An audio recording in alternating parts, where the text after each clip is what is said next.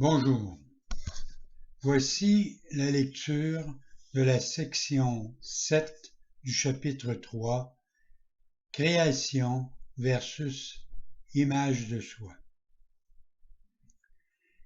Chaque système de pensée doit avoir un point de départ. Il commence soit par un faire, soit par un créer, différence dont nous avons déjà parlé. Leur ressemblance réside dans leur pouvoir en tant que fondement, leur différence réside dans ce qui repose sur eux. Les deux sont des pierres angulaires pour les systèmes de croyances sur lesquels chacun règle sa vie. C'est une erreur de croire qu'un système de pensée fondé sur le mensonge est faible. Rien de ce qui est fait par un enfant de Dieu n'est sans pouvoir. Il est essentiel que tu t'en rendes compte, sinon tu seras incapable d'échapper de la prison que tu as faite. Tu ne peux pas résoudre le problème de l'autorité en dépréciant le pouvoir de ton esprit. En faisant cela, tu te trompes toi-même et cela te blessera parce que tu comprends réellement la force de ton esprit. Tu te rends compte aussi que tu ne peux pas l'affaiblir, pas plus que tu ne peux affaiblir Dieu. Le diable est un concept effrayant parce qu'il semble être extrêmement puissant et extrêmement actif. Il est perçu comme une force en lutte avec Dieu, se battant contre lui pour la possession de ses créations. Le diable trompe par des mensonges et bâtit des royaumes où tout est en opposition directe avec Dieu. Pourtant, il attire les hommes plutôt que de les rebuter, et ceux-ci sont désireux de lui vendre leur âme en échange de dons qui n'ont aucune valeur réelle. Cela n'a absolument aucun sens. Nous avons déjà parlé de la chute ou de la séparation, mais il faut comprendre clairement ce que cela signifie. La séparation est un système de pensée assez réel dans le temps, mais point dans l'éternité. Toutes les croyances sont réelles pour le croyant. Le fruit d'un seul arbre était défendu dans le jardin symbolique. Mais Dieu n'aurait pas pu le défendre, sinon le fruit n'aurait pas pu être mangé. Si Dieu connaît ses enfants, et je t'assure qu'il les connaît, les aurait-il mis dans une position où leur propre destruction était possible?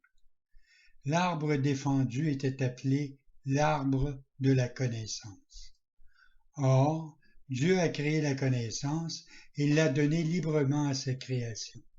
Ce symbolisme a reçu plusieurs interprétations, mais tu peux être sûr qu'est dans l'erreur toute interprétation qui considère Dieu ou sa création capable de détruire leur propre but.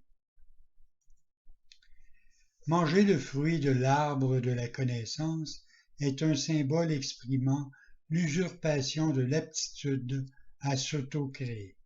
C'est le seul sens dans lequel Dieu et sa création ne sont pas co-créateurs. La croyance qu'ils le sont est contenue implicitement dans le concept de soi, ou la tendance du soi à se faire une image de lui-même.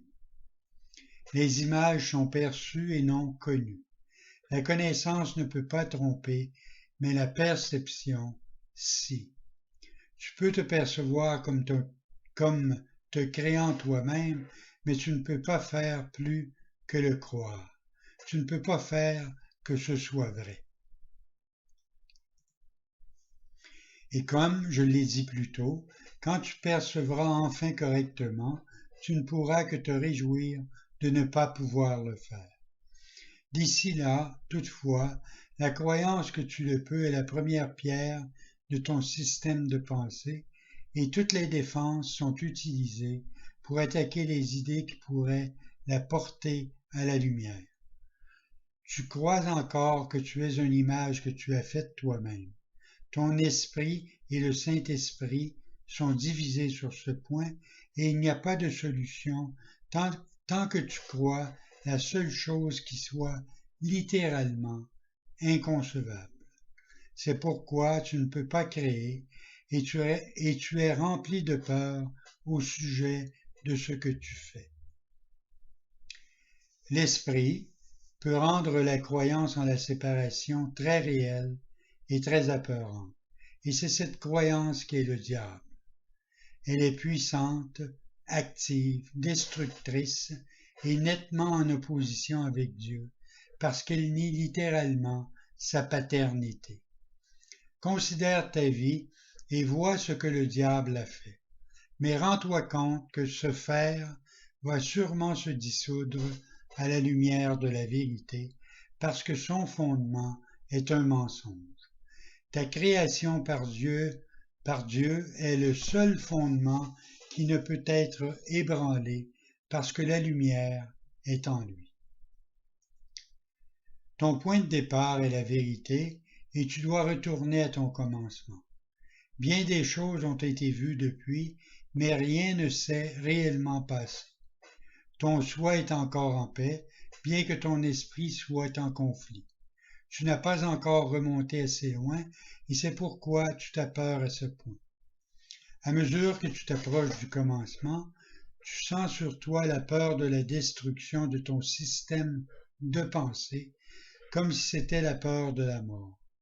De mort, il n'y en a pas, mais il y a croyance en la mort.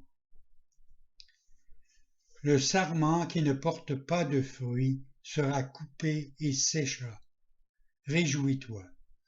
La lumière luira du véritable fondement de la vie et ton propre système de pensée se trouvera corrigé. Il ne peut pas tenir autrement.